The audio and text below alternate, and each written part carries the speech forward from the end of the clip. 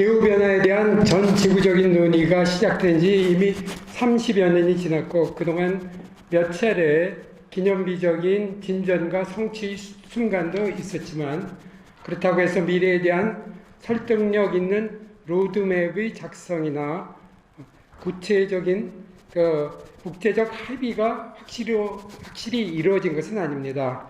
오히려 최근의 국제적인 상황은 당초 글로벌 온실가스 감축 목표 실현에 대한 심각한 우려를 제기하고 있습니다.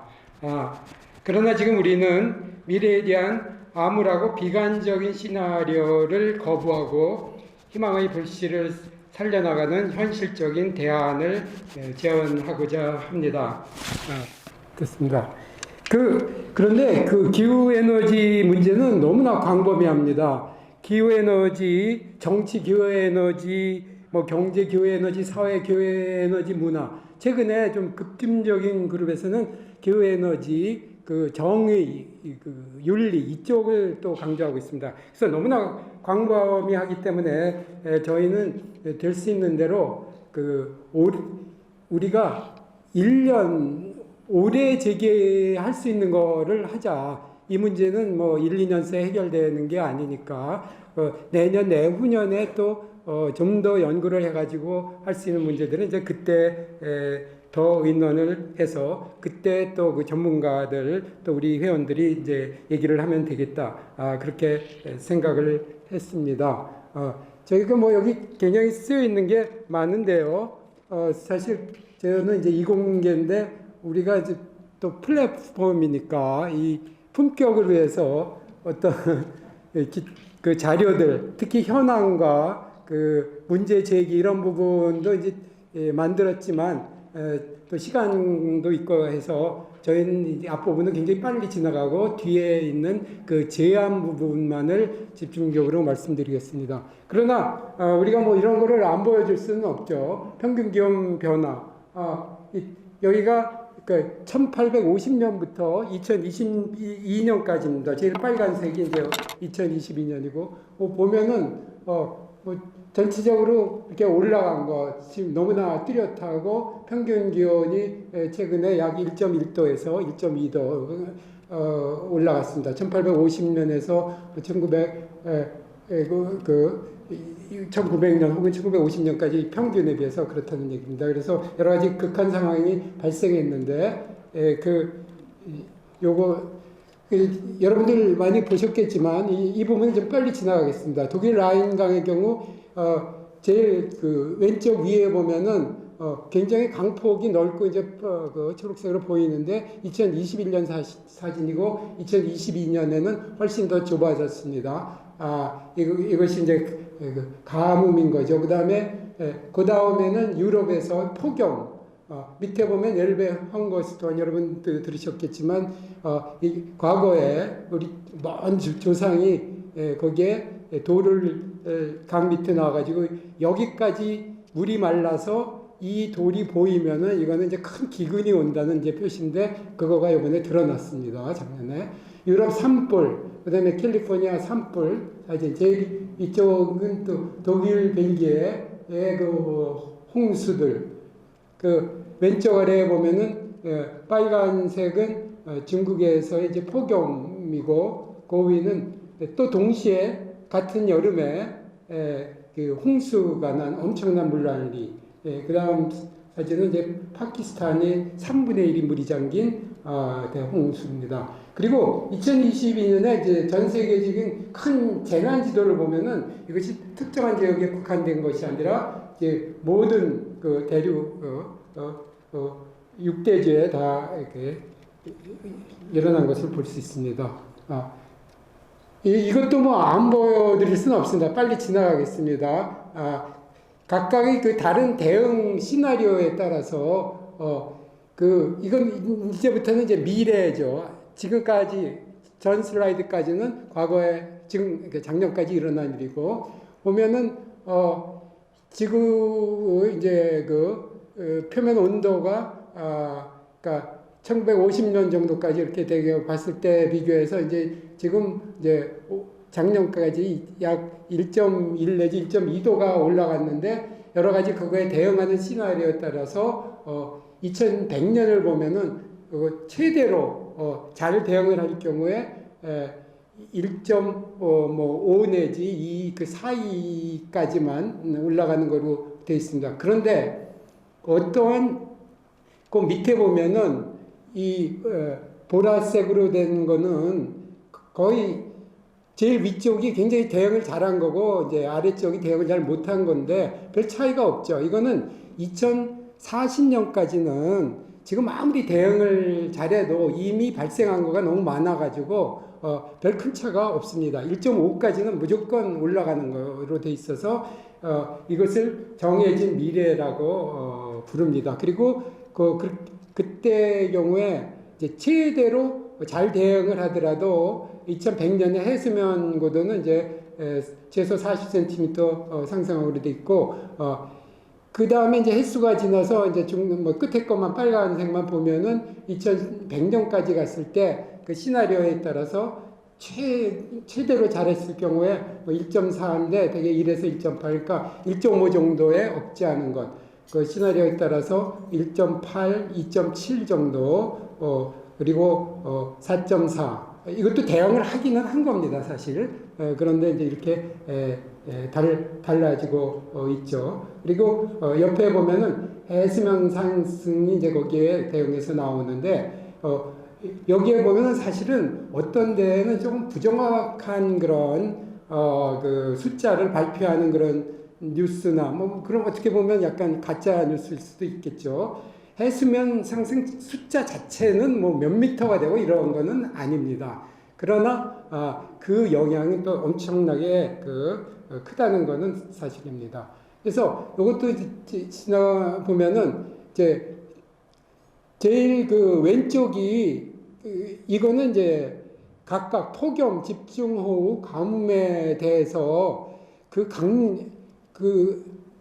각 로에 대해서 위는 그 프리퀀시 빈도, 밑에는 인텐시티 강도입니다. 그래서 1850년부터 1900년까지 그 평균 그러한 상황, 그 사이는 별로 변하지 않았죠. 그거를 1로 보고 그 상대적으로 또 온도는 그때를 기준으로 해 보면은 1.5도가 2040년까지 지금은 또 1.2까지 갔으니까 뭐 요 정도까지는 아직은 이르지 않았지만 프레젠트 뭐 여기는 1도로 이제 계산을 한 거죠.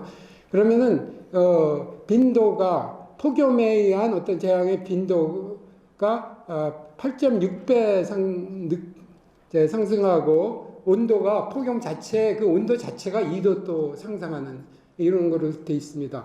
그래서 1.5도 내지 이제 2도까지 우리가 최대로 잘 대응해서 시간이 2100년 정도 갔을 때 그 정도 한다 하더라도 어느 정도 기후에 의한 위기 혹은 뭐 재난, 재앙 이런 것이 닥쳐오는 건 막을 수는 없습니다.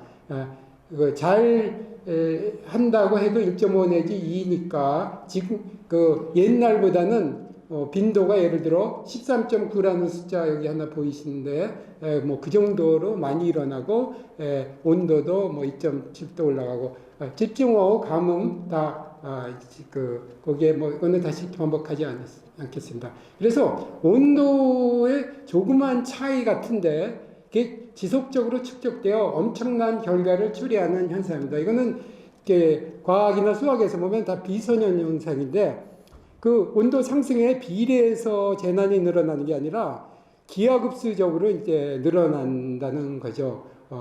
제가 여기서 한 가지 좀 자연과학보다 좀 여태까지 우리가 많은 얘기를 들었는데 그거와 비교해서 숫자가 거의 안 나왔지만 거기도 숫자가 오늘 몇 가지 나왔습니다. 예를 들어 합계 출산율이죠. 거기에서 지금 우리나라 0.8 이하로 막 이렇게 내려가는데 거기서 0.8, 1, 1.5, 2 이거는 엄청난 차이죠. 뭐 장래 인류의 그런 걸 막 바꿀 정도, 그러니까 한 국가의 운명을 바꿀 정도의 큰 겁니다. 여러분들 코로나의 감염 재생산 지수라는 거 들어보셨을 겁니다. 거기에서 0.8, 0.9, 1, 1.1, 1.2 그거가 엄청난 그 다른 결과를 초래합니다. 그러니까 우리가 얼핏 봤을 때 아니 뭐 1.5나 2나 뭐 3이나 뭐 이렇게 생각하시면 안 된다는 것입니다. 그래서 이건 뭐 같은 거 반복인데 이제 여러 가지 시나리오에 따라서 우리가 노력을 이건 다 하는 건데 상당히 평균적으로 한 2.7도 올라가는 거 2.4, 2.1, 뭐 1.8인데 그래도 최고로 잘 하면은 이제 2100년까지 2.5를 그냥 유지하면 좋겠다 이런 거죠. 그리고 그거는 이제 온도고 그러면 실제로 공기 중에 이산화탄소의 양은 어떻게 됐느냐 보면은 저기 이제 피크가 있는데 그거가 2020년 정도고 약간 은폐한 게 코로나 때문에 조금 2020년, 21년 약간 줄었는데 2022년에 작년에 벌써 다시 조금 늘었습니다. 지금 갈 길이 너무나 먼데 요 밑에 이렇게 주홍색, 빨간색 화살표 밑이죠. 이게 2030년에 도달해야 되는 목표인데 우리가 이 그래프를 이렇게 갑자기 꺾어가지고 이렇게 할 수 있을 것 같습니까? 진짜 이거는 힘들고 더 시간이 지나면은 이렇게 쭉 가야 됩니다. 그러니까 연두색 혹은 초록색으로 된 요렇게 돼야죠. 그렇게 하면 1.5도로 머물 수가 있고 그렇게까지는 좀 못한다고 할 때 그 위에 진한 초록색으로 하면은 한 2도 정도 이렇게 되니까 그 정도까지는 그래도 우리가 좀 실현을 하려고 노력을 하고 있는 거죠. 그래서 이게 아까 금방 권호경 원장님도 얘기하셨습니다만 2030년에 뭐 목표나 2050년의 목표 사실은 다 이루는 거는 저도 불가능하다고 생각합니다. 근데 우리가 될 수 있는 대로 이제 근접하려고 노력하는 거죠. 이제 이거는 굉장히 따끈한 데이터인데 이 리포트 2023인데 거기서 이제 전문가들한테 이렇게 설문을 돌려가지고 향후 2년간의 세계 위기 요인 했더니 이렇게 나왔는데 이 초록색이 기후 에너지하고 관련된 겁니다. 굉장히 많죠. 근데 10년 후를 보면은 전문가들이 압도적으로 기후 변화 혹은 에너지의 그거가 이제 위기다 이렇게 얘기했습니다. 특히 흥미있는 게 제일 보면 향후에는 생활비 이게 그동안 코로나 때문에 등등 뭐 여러 가지로 너무 어려움이 많았던 것 같은데 10년으로 이제 예측할 때는 압도적으로 이제 기후 변화 완화가 실패하면 그 위기가 되고 또 적응에 실패하는 거 이런 거를 이제 위기 요인으로 들었습니다.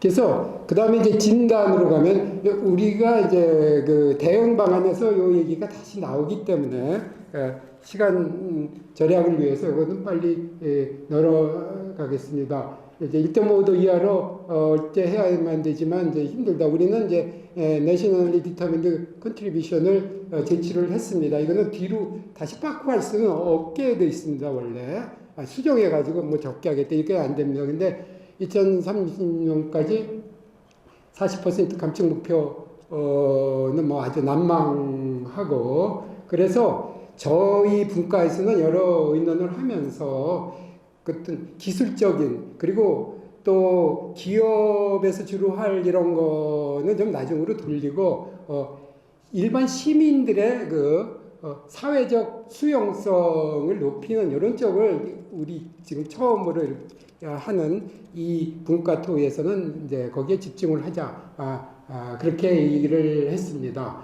그래서 시민들이 사회적 수용성을 높이고 실질적 참여를 확대하기 위한 노력이 이제 필요하다. 그래서 그 다음에 또 하나는 요거는 이제 그 시민 스스로의 문제보다는 이제 정책의 문제인데 그러나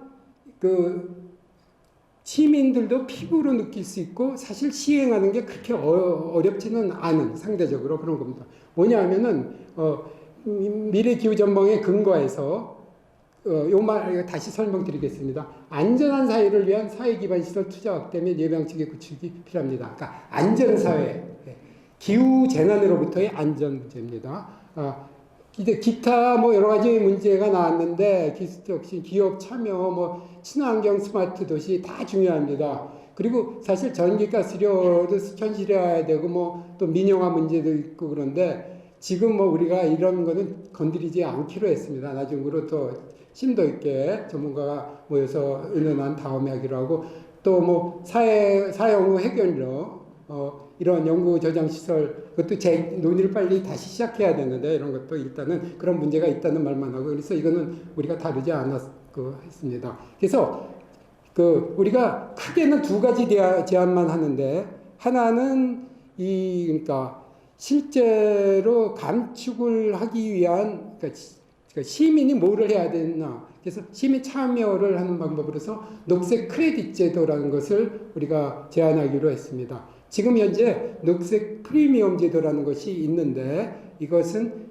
기업에서 하는 겁니다. 시민하고는 이제 관계가 없습니다. 그래서 이건 다음 장에 이거를 설명하겠습니다. 근데 여기에서 보면 다음 장에도 나오지만 이 제안의 목적은 자발적인 참여를 유도하여 자기 각자가 우리 시민 모두가 국민 모두가 거기에 대한 일정분의 경비를 담당해야 된다는 인식을 확대하고 이것에 대한 사회적 수용성을 이제 또 높여서 기후위기 대응의 어떤 동력을 이제 확보하는 데 목적이 있습니다.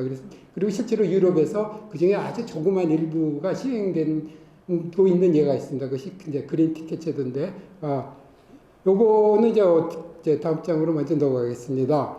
해외 사례는 이제 그린 티켓이라고 해서, 우리가 예를 들어 유럽에서 EU 지역에서 기차표를 사면은 거기에 본인이 자발적으로 돈을 좀 더 냅니다. 우리가 이제 요거는 상당히 비슷하게 채택했으면 하고 이제 제안하는 건데 예를 들어 KTX 요금이 5만 원이라 그러면 여러분이 뭐 클릭을 하거나 해서 낼 때 5만 원이 뜨는 게 아니라 5만 원, 5만 1,000원, 5만 2,000원 뭐 이런 게 뜹니다. 그러면은 5만 원을 그냥 할 수도 있지만 자발적으로 5만 1,000원을 하면은 뭐 5만 1,000원이면 한 2% 되겠죠. 그것이 자기 크레딧으로 와서 예를 들어 그것에 500원은 그러니까 뭐 재생에너지를 하는 시설이나 탄소 절감 어떤 그런데 국가적인데 혹은 지방자치단체에 쓰이고 나머지 500원은 자기한테 크레딧이 돼서 친환경 제품을 뭐 사는데 그것을 크레딧으로 한다든가 이러한 방법입니다. 그래서 그 밑에 나온 대로 자발적 참여로 확보된 재원을 재생에너지에 투자하고 탄소 저감 실적으로 이제 그거가 이제 이거는 공식적으로 나오는 거죠, 숫자가. 그리고 또 일부는 자기 자신의 이제 포인트가 되고 여기에는 물론 이제 뭐 회원 관리나 투명한 자원 관리 이런 게 필요하겠죠. 근데 녹색 프리미엄 제도가 있는데 이거는 그냥 참고로 했는데 이거는 좀 다른 겁니다. 이거는 RE100을 실천하는 국가에서 인정하는 5가지 방법이 있는데 그 중에 이제 한 방법이고 이거는 이제 기업체가 하는 겁니다. 그래서 그거와는 이제 완전히 다른 거고 이런 자발적 참여로 온실가스 감축 시급성에 대한 사회적 수용성을 제고한다는 것이 이제 실제로 이제 돈도 이렇게 축적돼 가지고 탄소 저감에 쓰이지만 요 사회적 국민들한테 이거를 점점 수용성을 높이는 거가 이제 중요한 목적이고 그래서 의무절약 정책 이것도 뭐 이산화탄소 감축의 이제 일부분이겠는데 이거는 이제 뭐 기왕에도 많이 있던 거기 때문에 우리가 특별히 새로 강조하지는 않습니다. 예를 들어 뭐 난방 온도를 낮추고 냉방 온도를 높이기 혹은 차량의 오브제 여기 뭐 생계비 공공물 오브제시 혹은 뭐 1년 주행 거리를 예를 들어 한 7분의 1은 줄인다. 그러니까 현재 하는 거에 7분의 6으로 한다든가 그러면 약 2,000 평균은 2,000km 이제 줄이는 거고 뭐 가옥 및 건물의 단열 설비 지원 등등 이건 뭐 굉장히 많은 기존의 아이디어도 있는데 이런 것도 좀 더 강화하자. 그 다음에 이제 사실 이것이 이제 마지막 제안인데 이거는 적응에 해당합니다. 이거는 이산화탄소를 감축하는 건 아니라 적응을 해야 되는데 어쩔 수 없이 우리가 아무리 노력해도 지금보다 재난이 분명히 많아집니다. 그래서 인명 피해는 근데 과학적으로나 어떤 현실적으로 이렇게 볼 때 사실 인명 피해는 줄이는 게 그렇게 엄청난 돈이 드는 것은 아닙니다. 그런데 여기서 우리가 꼭 기억해야 될 게 여기 AB로 이 고딕으로 지나게 했는데 계속 악화되는 지구온난화에 대응하여 대폭 증강된 적응 대책이 필요합니다. 그러니까 과거 몇십 년간의 그 자료를 갖고 했다가는 큰 낭패를 봅니다. 왜냐하면 그 재난의 그 강도라든가 횟수가 증가하고 있거든요. 그래서 이거 다음 장에서 이제 설명드리겠습니다. 특히 인명사고 대책은 꼼꼼한 디테일이 중요하다. 다 한 것 같은데 어느 그 작은 빈틈들이 있는데 꼭 사고는 그 빈틈에서 나기 때문에 그 유명한 말이 있죠. 신은 디테일이 있다. 혹은 뭐 악마는 디테일이 있다. 이거가 특히 인명 사고를 줄이는 데는 꼭 필요합니다.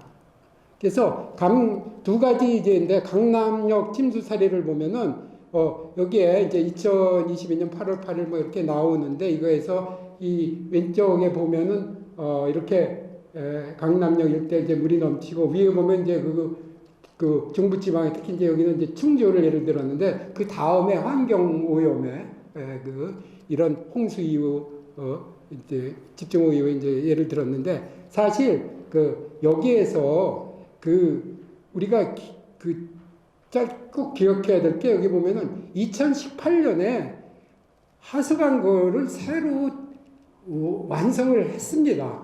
근데 그때 안타깝게 기준이 그러니까 1시간에 95mm를 오는 거를 기준으로 했는데 2022년에 요거 이제 381은 이제 하루고요. 1시간에 110 정도 왔고 뭐 신대방동에서는 이제 140까지 뭐 기록을 세웠다 그러는데 그러니까 그 데이터를 95로 했다는 건 굉장히 치명적인 실수입니다. 점점 강도가 세워지는데 그거를 고려해 않는 큰 실책이었죠. 그리고 흰남도 경우에도 이제 마찬가지로 이제 엄청난 포스코에 이제 제가 있는 데 가까운 포항공대학교 여기 갖고 또 주민 아파트 주민이 3만 7명 이렇게 됐는데 사실은 요 예 같은 데서 보면은 정말 디테일 조그만한 어떤 규칙이나 이런 거를 우리가 교육받거나 이렇게 하면은 이런 인명 피해는 사실 쉽게 막을 수 있었던 그런 안타까운 일이었습니다. 그래서 뭐 이거가 근데 여기 이제 뭐 마지막에 되겠는데 여기서 아까 얘기한 걸 한 번 더 강조하는 건데 요게 이 연면 1시간 최다 강수량 그 다음에 혹은 위 아래 위 뭐 결국 내용은 같습니다. 이 연별 일강수량이 이제 어디까지 미치냐였는데 쭉 1990년 초반까지는 여기 쭉 보면은 요 빨간 점선이 1990년입니다. 90년, 91년 요 사이까지는 별 변화가 없다가 그 다음에 급격하게 이렇게 막 요동칩니다.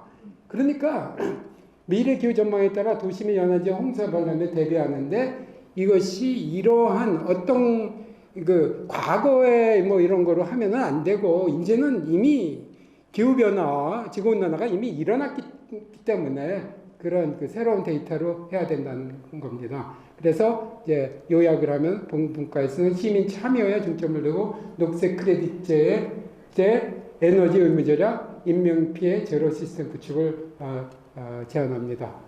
약간의 불편을 공동으로 감수하자. 그리고 기후 청소를 후선에 떠나겠습니다. 감사합니다.